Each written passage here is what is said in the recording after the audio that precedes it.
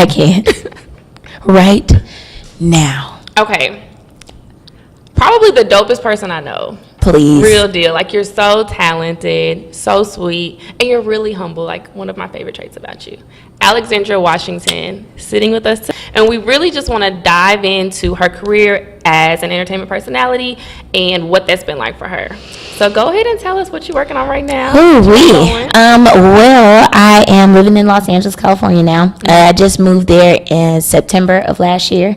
And so this is almost, 9 months for me now? So It's kind of crazy. When I look back and I'm like, dang, time has flown by. I always keep up with it because my nephew was actually born the month that I went out there. So I'm just like, okay, so however old he is, I'm like, okay, a couple of weeks after. Keeping track. Right. So it's been 9 months. It's definitely been a journey. But I have really appreciated the journey. I can say that thus far.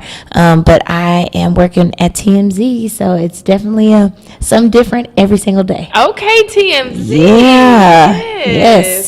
So tell us about that tour bus.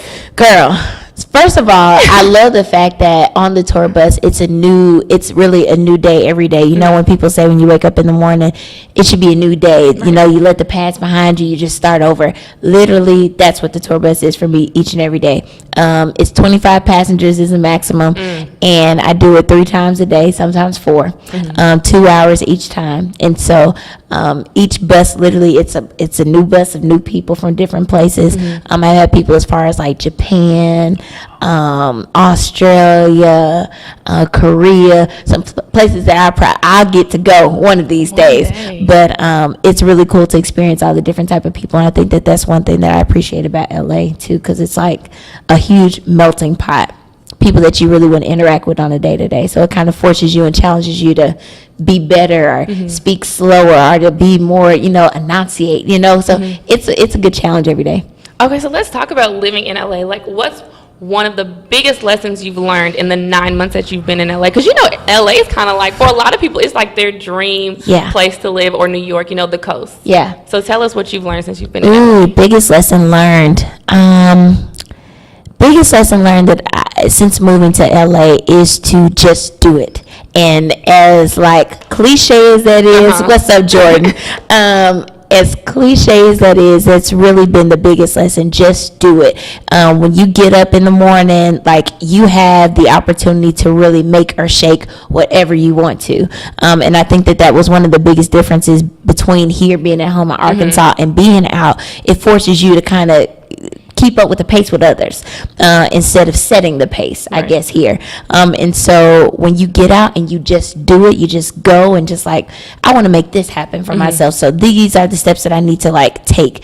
When you just do it, everything kind of just lines up. So that's probably been the biggest lesson. Okay, well, let's talk about that transition from Arkansas to LA. So what were some of the biggest sacrifices you had to make in preparation for that move? Girl, I couldn't get my nails done. And I love my nails. No! I did. I remember I got the phone call in April, and they called me. I was actually teaching at Lighthouse Charter School at the time, and it was at the end of the day. My kids were, winding down from the end of the day. It's about to be end of school, and I got a call. It's like, hey, this is Francesca. Can I speak to Allie? I was like, this is she. Hi, it's Francesca from TMZ, and we were wondering if we could bring you in for an interview this week. And I was like, this week? And I'm in the classroom telling my kids, be quiet. And from that moment on, I flew out that next weekend. They hired me on the spot. When I came back, it was go time. I knew I was going to have to like really have some money because my spending habits were... Oh, we've all been there. They were just... piss poor, I will say that. And my parents got onto me for the longest, but I could never save my money. And literally, I would get it and burn right through it. And so I quit getting my nails done. I started wearing my hair natural all the way. No extensions, no nothing. I didn't see Sheena's hair. Shout out to Sheena. I didn't see Sheena's hair important for a long time that whole summer. So I really did, like, it was all material stuff though. And I was like, but this is something that I'm willing to do for the next 3 months to make this happen. And when I did, literally, it's surprising how much I saw my spending habits like in front of me, like how much money I was putting out. I was getting my nails done literally every week. Ooh. A nail. I'm still on every 2 weeks. Listen. I was getting a fill every 2 weeks, but then I was like, I'm doing an event, so I need a new nail color because I had red last week, so now I need to do a pink. It's springtime. I got, just frivolous because I had it to do. I saw how much money I was spending. Quit getting my nails done, hair done. I wasn't traveling around as much. Like, I literally quit everything. And I saved I think $2,000. You bet. Like, quick too. And I was like, dang. And so when I went out there, that's nothing though, because that $2,000 literally went all the way to my deposit for my house. So I cut off everything to make that happen. So budget tip, Ooh. cut out the unnecessaries, right? Like, slow back on the stuff that you might not need. Yeah. Need at the time, especially, when you're trying to prioritize. So what advice do you have to someone who's trying to follow a similar career path and break into the entertainment industry? Do you? Okay. First off, do you? Everybody's journey is not the same. I remember, Lydia, when I had graduated from college, all my friends were getting these jobs, these stellar jobs, and I was like, oh my God, I've been interviewing, so I'm just waiting for a call back. They put in your brain, you do these 4 years with us, you get this piece of paper, you walk across that stage, everybody's cheering, and the next day, and next week, you going in with your business suit on because you making money, baby. And that was not my story. When I graduated, I didn't get a lot of callbacks for jobs. And if I did, they weren't paying what I needed them to pay for me to be able to live. My dad was like, it's time for you to come home. And I came home in July, started working at Dillard's at McCain Mall. And I hated it. But the thing about it, and I will forever be appreciative to the boss at the time, Mr. Bob Siebert. He paid me $14 an hour starting off, which was unheard of at Dillard's. But because I had a degree, he was like, come on, 14. And sales there, based off your sales, you get, promoted and whatever. And I ended up leaving Dillard's. I think I was making like $20 an hour. But literally, I was grinding, right? Hard. And I just didn't want to do it anymore. And I quit my job just with no plan B, no nothing. And as I was telling you earlier, drawing unemployment, all that stuff. But nobody knew any of that. Right. And so when I say, for somebody that wants to pursue what I'm doing or what anybody else is doing, do you, because you never know what somebody's journey consists of. Like I told you, nobody knew I was drawing unemployment because I had up and quit my job. I was getting up at 3 a.m. going to volunteer at freaking Fox 16, just being in the room, just trying to learn how to work a camera and, on the radio, but I wasn't getting paid at Streets, so it's a lot of different things that on the outside looking in, it's just like, oh my gosh, she's so busy. Oh, she's such a hustler. She get off of one and go to another. I wasn't getting paid at all. So do you is probably my biggest thing.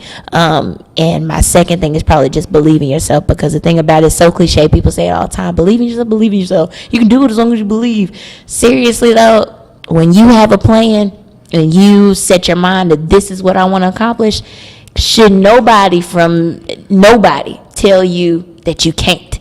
Because the minute somebody tells you can't and you subdue yourself to that thought process, it's over. You might as well call it quits. Right. So do you believe in yourself at all costs? People, one thing I will say too, and this is something that I also have learned too, and it kind of coincides. A lot of people, if you put somebody in a room, you put two people in a room, and it's between you and somebody else, and they say, who should I choose for this? Naturally, you're going to say, well, me, you get what I'm saying? Because I'm this and I'm that and I'm this, and I think that I'd be a great asset. You sell yourself, right? But in the back of your head, honest to God, would you be thinking, they finna get it, right? Right. At the end of the day, if you're willing to bet on yourself, people don't bet on themselves. When it comes down to you and somebody else, you putting somebody else against you, you're always, and we're human, you bet on yourself. I've learned completely, I'm confident, and I bet on me at all costs. If she's pretty and she's nice, but I'm me, I'm Alex, so I'm betting on me. Right. If you put somebody in a room, they're always going to bet on somebody else. When you're willing to take the step to bet on yourself, that's when you'll see life change. I love that, Allie. I love that. That Thank was you. good for me too. That was Jesus, girl. I need that. Yes. I need to hear that again. Thank you. Come on, anointing, fall. I do want to touch on something that you said though.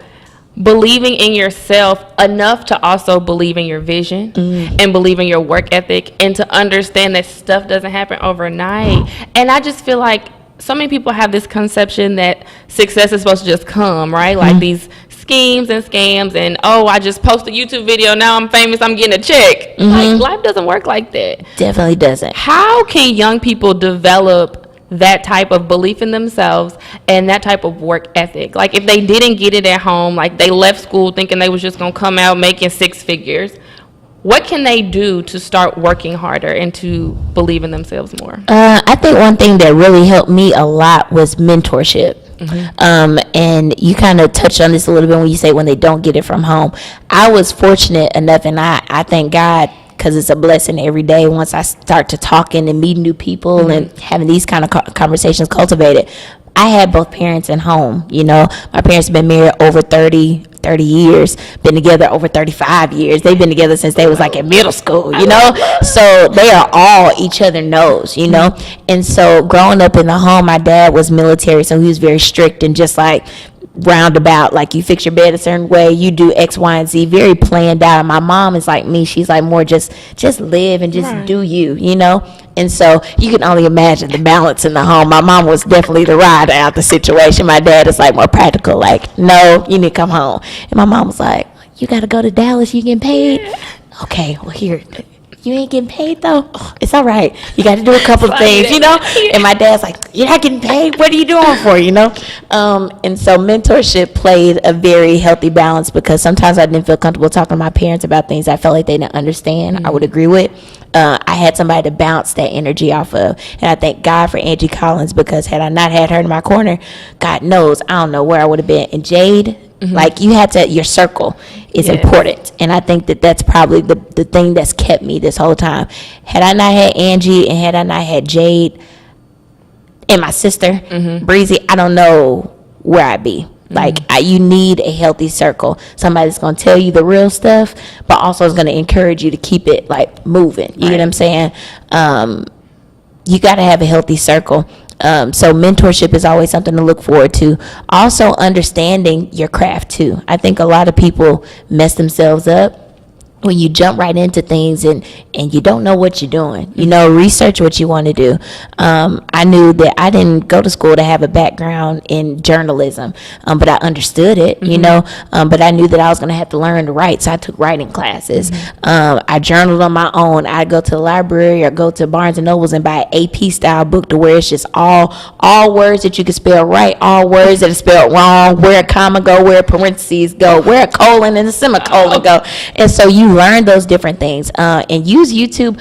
Everything is so like web oriented now. I wish to God we tapped into YouTube. Like, I wish YouTube was how YouTube is now when we was like younger, really starting. You get what I'm saying? These kids have such an advantage now, and I'm like, bro, everything is on the internet. It is. Everything. You could teach yourself something completely from ground up. You don't even got to go to school. You just hop right into it. Okay. Use your resources well. So circle, mentorship, and use your resources. Don't be using YouTube to find out how to, you know, learn something. Okay, what I love about you, Allie, is you know Allie. You know yourself.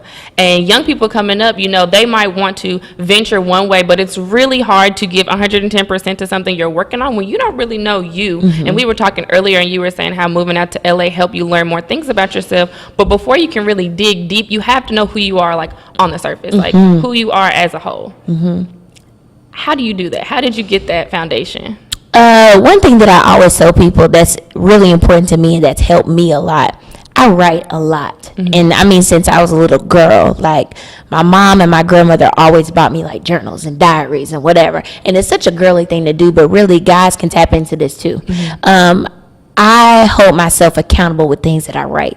So days that I'm having bad days I'm having good days, I write about it. And I'll go back the next day following, I'll read about the day before and be like, did I do something different today? So it's almost like holding yourself accountable in that. Also, when you take some time to just be to you, find out what you like and what you don't like. Like, I have a day, Sundays is my day of just me. I don't do nothing for nobody. I don't go to events. I don't, like, if an event is on a Sunday and I know I need to be there, I make amends and have my me day on another day. You get what I'm saying? But I always make sure that I have one day that's just to myself, that I'm not doing anything with anybody.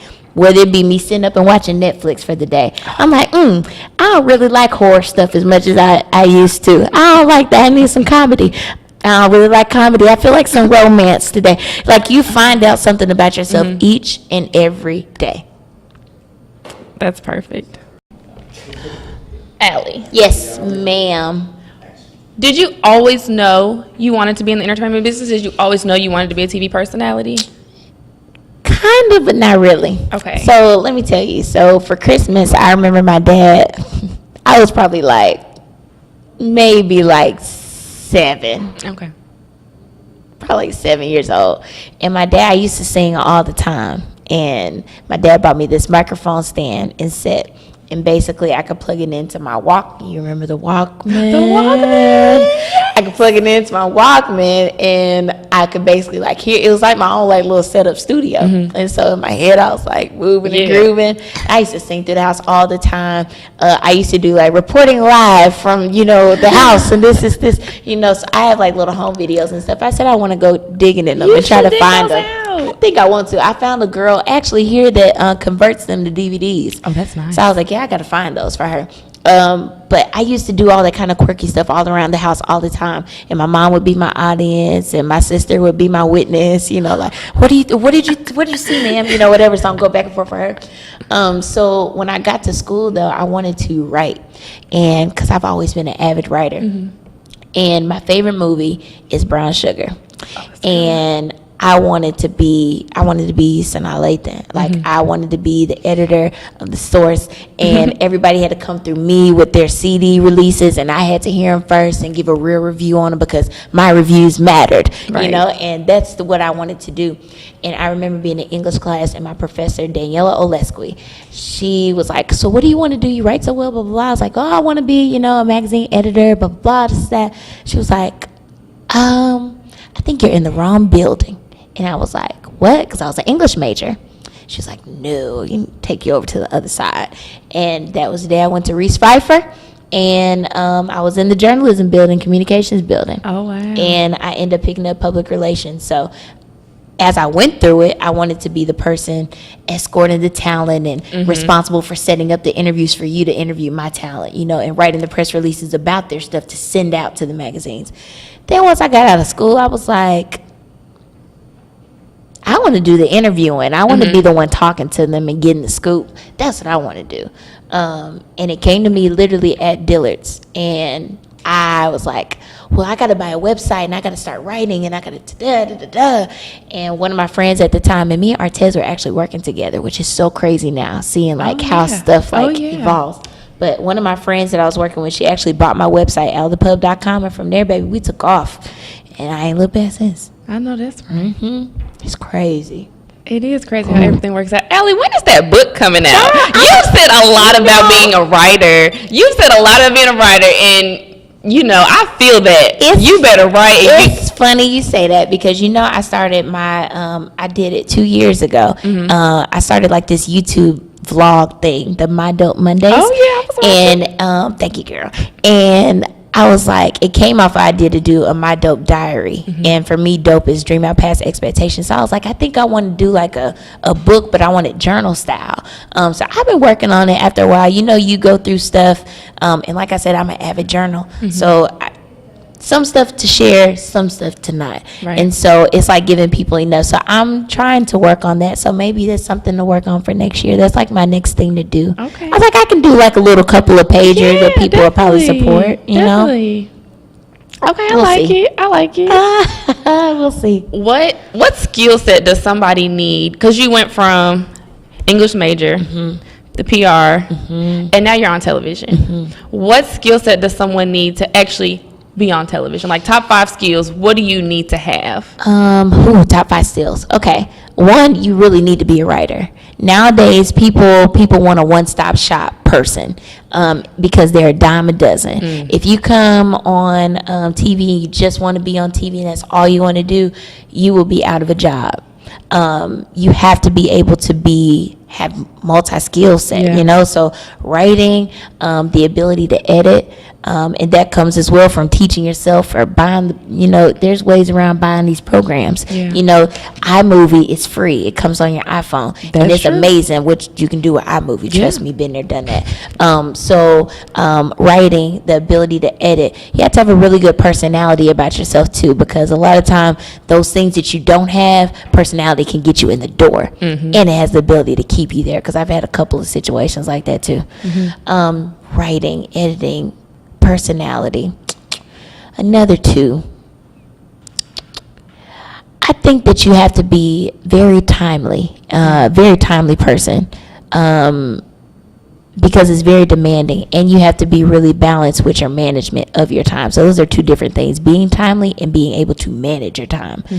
I think those 5 things would probably be the top skills that you have to be able to do. That's good. Time management really is important, no matter like what It you're really doing. is. It's always like. And I on the never realized how important that was. Being here, it's kind of lax, because it's just like you get there when you get there, because you home. You get what I'm Right. saying? People like, oh, it's Allie. Oh, it's Lydia. She'll be here. Yeah, you got like that little Whatever. I had no a big deal. situation with you last week. I'm like, girl, listen, please don't. I'm on the way now. Yeah. But their time is everything. If you're late, that means you don't care enough. So be on time. Early is on time. Okay. Let's talk about the most exciting thing that has happened to you since you've been in LA. I was going to say on the TMZ tour bus, but I don't even want to limit it to just work. Most exciting thing, hands down. I never would have imagined this would have ever happened to me. Most exciting thing that's ever happened in LA. It's probably 2 things. Okay. I ain't gonna lie. Okay. And it's crazy because both of them had to do with work. Oh. So that just is what it is. It is You what do it it all day, every day. It is what it is. I remember the first time, the night before I was on the show for the first time, I went through my closet 80 times. What am I gonna wear? What am I gonna do? Story of my life. Does this shoe look right with this? Al, you're not even gonna see your shoes, but they might. What if we, So that was like the most mind-wrecking time. But to get up that morning, I had never been so excited to get up at like 4 in the morning. I was excited. I got up, I did my makeup, I did my hair, and I'm not a makeup person, so I'm just now really starting, because I have to do it every day myself. I'm starting to pick up some stuff. You learn as you go.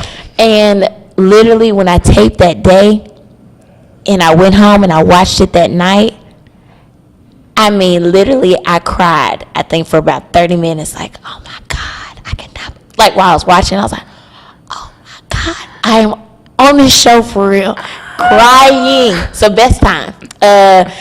Second time was when I was on my tour bus. I saw Kevin Hart. Now, this is really a quick story, and I'm going to sum it up really fast. 2 years ago, Kevin Hart came here to Little Rock for his What Now tour. And I had some contracted thing with Verizon to where basically after the show, people would stop by the Verizon tent. I say, oh, what was your favorite part of the show? Blah, blah, blah, da, da, da. Like a little activation. They told us at the end of the show we would get to meet Kevin. Didn't happen, right? So it's like, oh, you're not going to get to meet him, fine. So I'm pissed. Right. So I'm walking off from the hotel like, this is just some BS. And one of his friends came back around and was like, hey, you didn't get to, I was like, no, we didn't get to meet. They said, da, da, da, da. I didn't know they were friends. And he was like, come on to the back. It's all right. Y'all come on. So we go to the back, and nicest guy ever. And I am big Kevin Hart fan. So it just brightened my whole life. Because I had missed the show because I was outside. I thought I was going to get to go in. Show. Of course, and I had front row seats. That's how serious it was. And I missed the entire show. And so he was like, did you guys enjoy the show? I was like, well, I didn't, me being me, I was like, well, I didn't get to watch it because I was working, I didn't know I wasn't going to go get to see it. He was like, well, I'll tell you what, miss, I didn't get to see it. Pick a show and I'll take care of you and your friends. Y'all come to whatever show you want. I'm like, what? So I ended up packing up the bags. We ended up going to Memphis to go to the show. Took care of us from top to bottom, everything, right? 2 years later, fast forward. Meanwhile, he's been here plenty of times, and we've always linked up every time he's in Arkansas. I'm on my bus. Random day, my speakers go out, my TVs go out. So it's just me all day on the bus entertaining people for 2 hours. I see Kevin on the side. Now, our thing is when we see celebrities, we stop the bus, they come on the bus, whatever. He was clearly going inside the hotel, so I was like, I can't do this. I was like, Kevin. I got off the bus, went up and was like, hey, Kevin. He was like, Allie?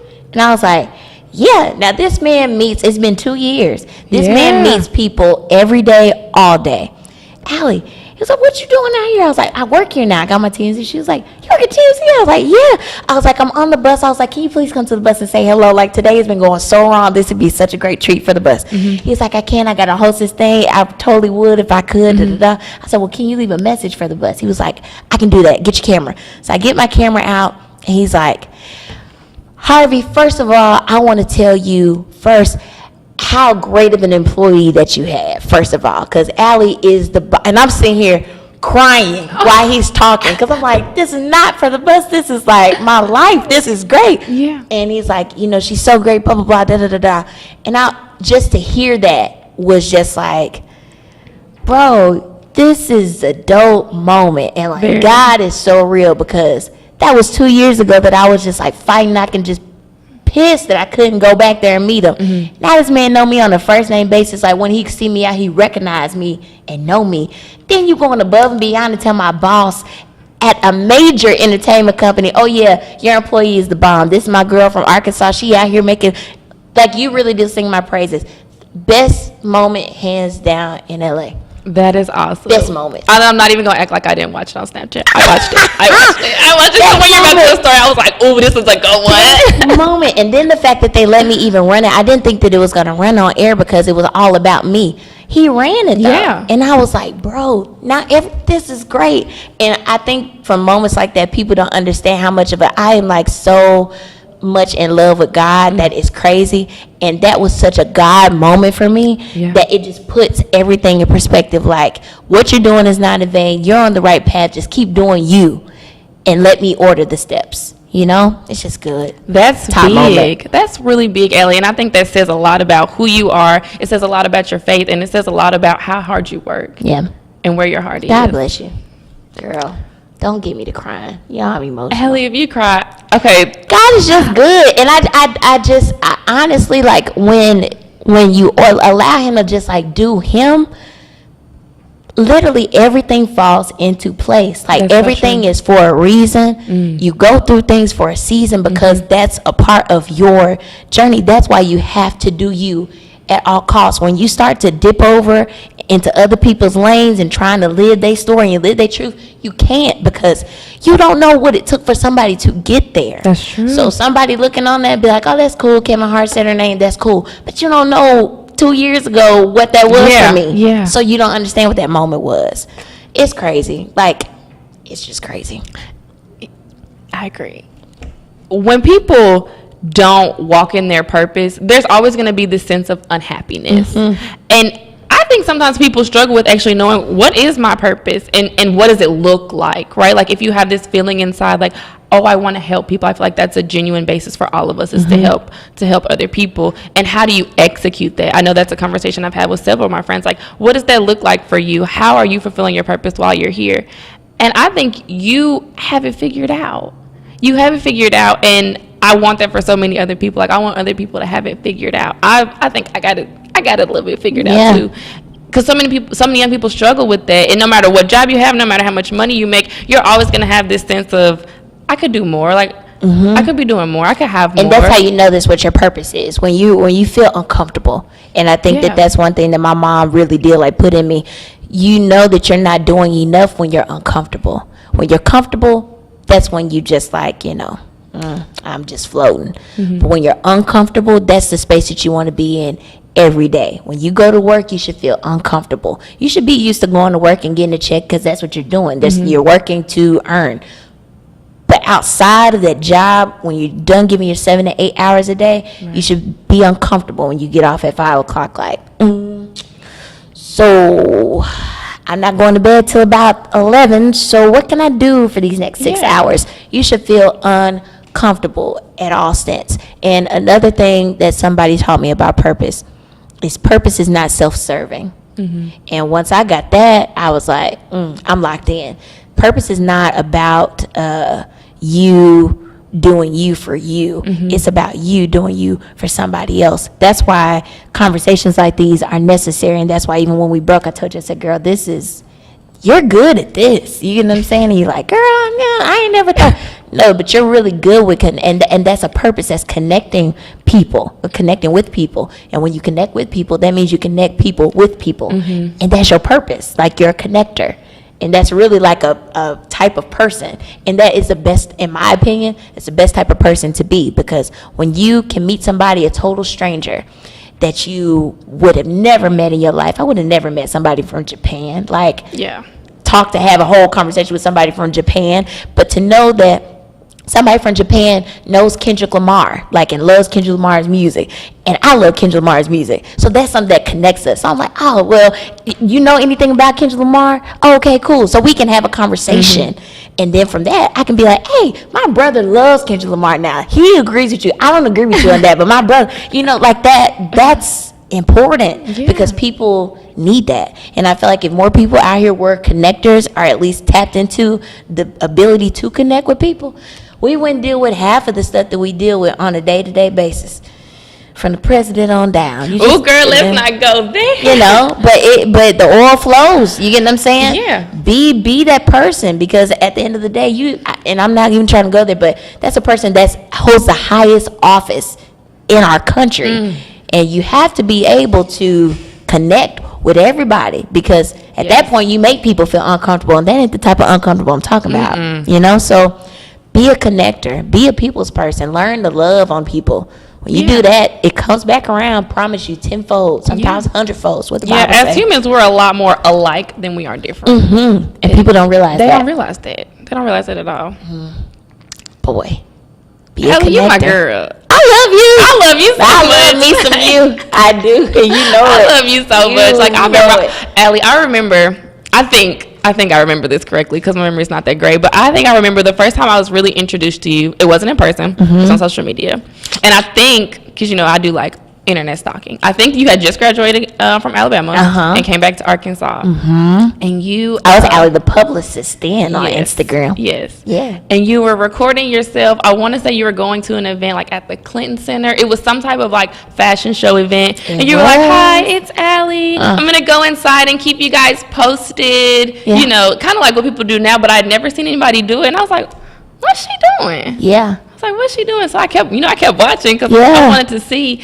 And then just to see how you started and to see where you are now, it's like, that's what it looks like. In the beginning, it's not perfect. Like, in the beginning, it's trial and error. It's blood, it's sweat, it's tears, it's long nights. It's definitely trial and error. You can say that again. It's what? Trial and error. Yeah, it's a lot of that. You can fail a million times, but you don't really fail until you give up. As long as you don't quit on yourself, you're going to get to where you're going. Say that one more time. As long as you do not quit on yourself, you will get to where you are going. Yeah, that's good. You said something there. That was a gem. You had to drop it twice.